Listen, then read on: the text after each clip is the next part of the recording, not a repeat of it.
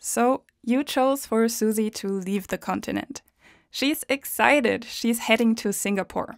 It's a long-distance trip and flying is involved. But let's take a closer look, because not all flights are the same. Did you know takeoff and landing are the biggest culprits when it comes to CO2 emissions? So more stops equals more emissions. If Susie takes a direct flight, she's already making a smarter choice. Even better, she checks the airline index. The NGO Atmosphere sorts airlines into efficiency classes from A to F, A being the most and F the least sustainable. A direct flight in efficiency class E can actually be better for the climate than a transfer flight in class C. But there's more to sustainable travel than just calculating CO2 emissions. It's also about where you go and how those destinations manage tourism. A lot of popular spots follow a pattern described by tourism expert Richard Butler.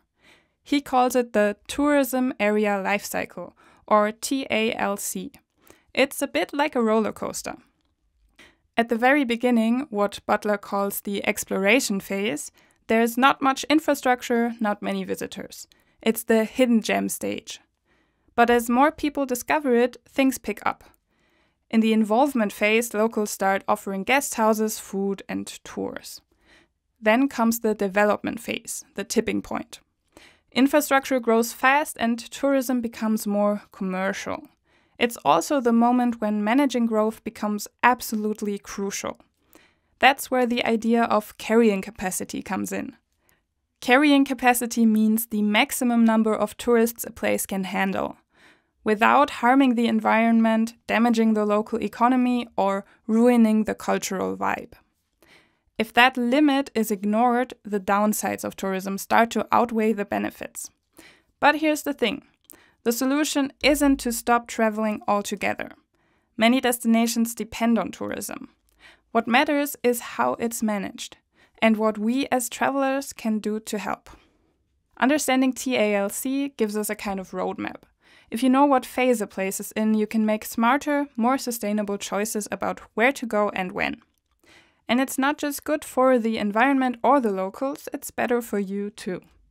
A destination that isn't overrun by tourists usually means less crowded attractions, a more authentic experience, and a relationship between locals and visitors that is not yet strained. Not all places struggle with the management of over-tourism. Take Singapore, for example.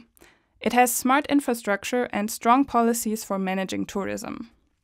They spread out tourist attractions and use real-time data to track and manage visitor flows. They also track waste and carbon emissions.